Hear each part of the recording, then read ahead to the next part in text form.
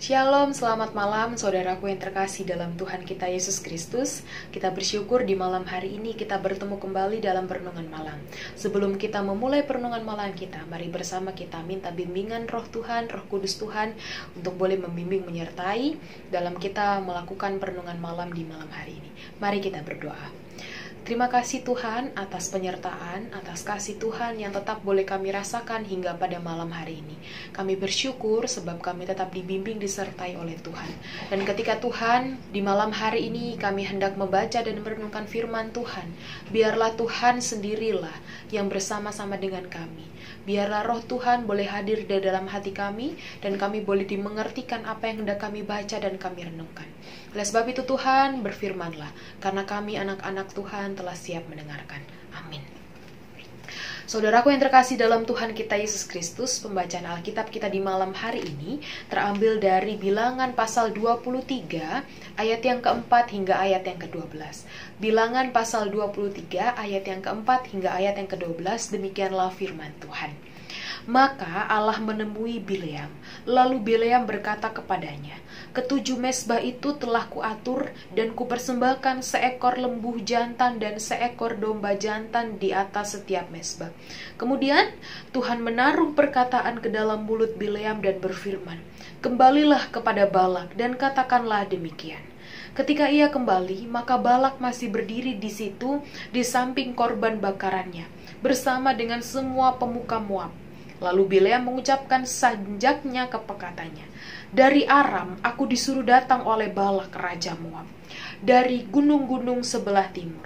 Datanglah," katanya, "kutuklah bagiku Yakub, dan datanglah, kutuklah Israel. Bagaimana aku menyerapah yang tidak diserapah Allah? Bagaimana aku mengutuk yang tidak dikutuk Tuhan? Sebab dari puncak gunung-gunung batu aku melihat mereka, dari bukit-bukit aku memandang mereka. Lihat, suatu bangsa yang diam tersendiri dan tidak mau dihitung di antara bangsa-bangsa kafir. Siapakah yang menghitung debu Yakub? Dan siapakah yang membilang bondongan-bondongan Israel? Sekiranya aku mati seperti matinya orang-orang jujur, dan sekiranya ajalku seperti ajal mereka." Lalu berkatalah Balak kepada Bileam, "Apakah yang kau lakukan kepadaku ini? Untuk menyerapah musuhkulah aku menjemput engkau, tapi sebaliknya engkau memberkati mereka." Tetapi ia menjawab, "Bukankah aku harus berawas-awas supaya mengatakan apa yang ditaruh Tuhan ke dalam mulutku?" Demikianlah pembacaan Alkitab kita di malam hari ini. Saudaraku yang terkasih dalam Tuhan kita Yesus Kristus, salam sejahtera selalu bagi kita semua. Pada perenungan kita di beberapa hari ini, kita berbicara mengenai rentetan peristiwa Balak dan Bileam. Dan ketika pada perenungan malam hari ini, kita kembali melanjutkan peristiwa tersebut. Pada perenungan pagi tadi dijelaskan bahwa Bileam akhirnya menghadiri undangan Balak. Tapi Bileam dalam rangka menghadiri undangan Balak, ternyata itu hanyalah taktik Bileam untuk mengalah, untuk tidak menyetujui permintaan Balak. Nampaknya Bileam tidak mengiyakan permintaan Balak. Nah, pembacaan kita di malam hari ini, ternyata upaya Balak terus-menerus meminta kepada Bileam agar Bileam mengutuki Israel. Padahal di sebelumnya Bileam sudah menyatakan bahwa dirinya tidak mau mengutuki Israel.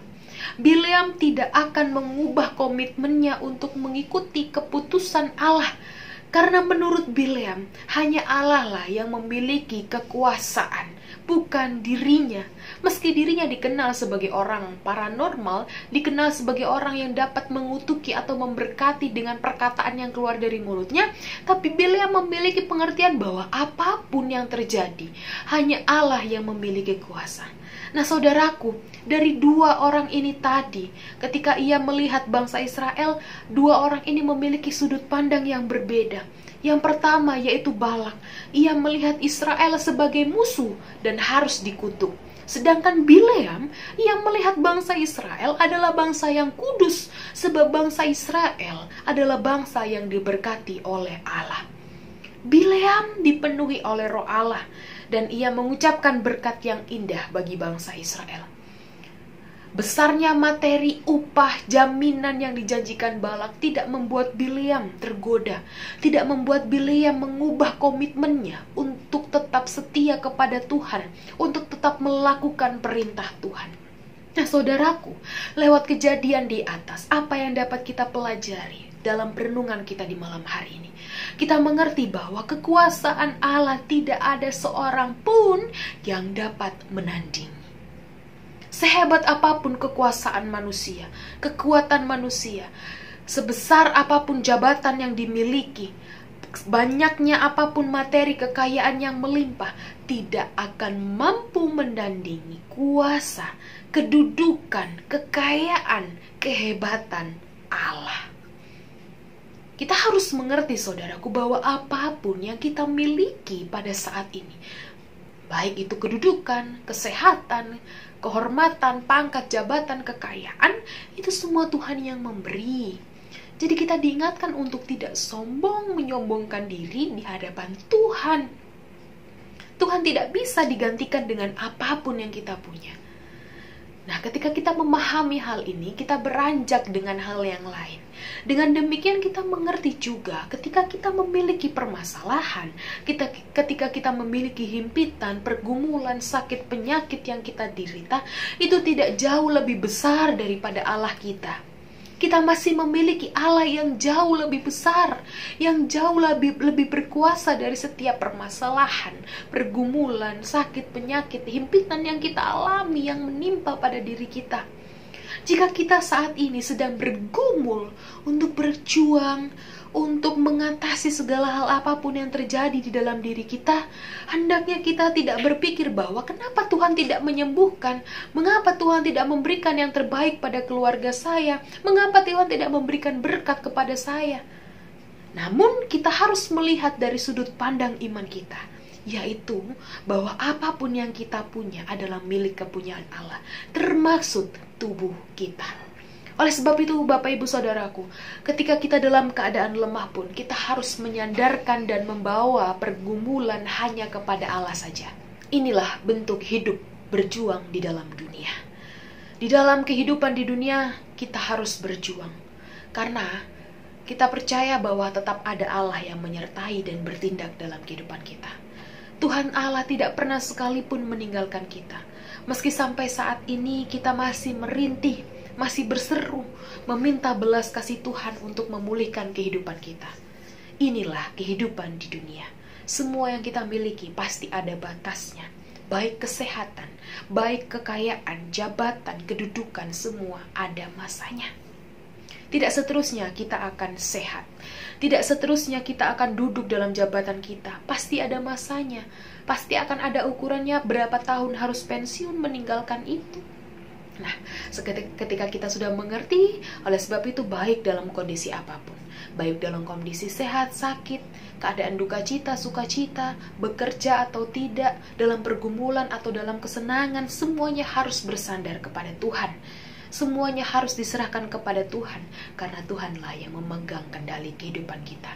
Jadi dalam kondisi terpuruk apapun, kita tidak merasa hancur, sebab ada Tuhan yang menggandeng dan menopang kehidupan kita. Oleh sebab itu saudaraku, keberadaan Allah tidak dapat digantikan oleh siapapun. Tidak ada seorang pun yang dapat mencintai kita dengan tulus, bahkan sampai mengorbankan nyawanya bagi kita selain Tuhan. Memang manusia dapat mengecewakan, tapi Tuhan tidak pernah sekalipun mengecewakan kita. Tuhan selalu menghibur dan bertindak dengan caranya yang ajaib. Mari, di malam hari ini kita yang boleh berada sampai saat ini, tetap sandarkan segala pergumulan, beban hidup, sakit, penyakit, himpitan yang kita alami hanya ke dalam Tuhan.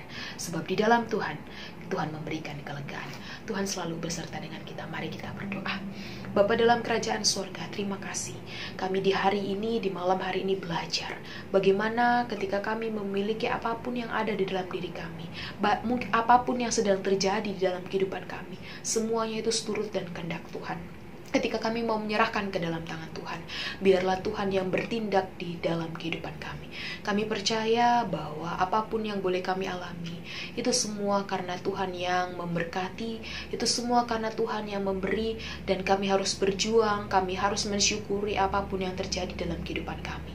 Biarlah Tuhan kami semakin hari, semakin mengikatkan diri di dalam Tuhan, bahwa dalam keadaan suka, duka, sakit, sehat, untung, malam, kami tetap menyadarkan kepada Tuhan, karena kami adalah milik kepunyaan Tuhan. Ya Tuhan, ketika di malam hari ini kami hendak beristirahat malam, atau kami yang masih melanjutkan aktivitas kami, biarlah Tuhan bersama dengan kami, sehingga kami boleh menyelesaikannya dengan baik. Kami boleh beristirahat malam, kami dijaga, disertai, dan esok pagi ketika kami diberikan kesempatan, kami boleh bangun dengan begitu sukacita.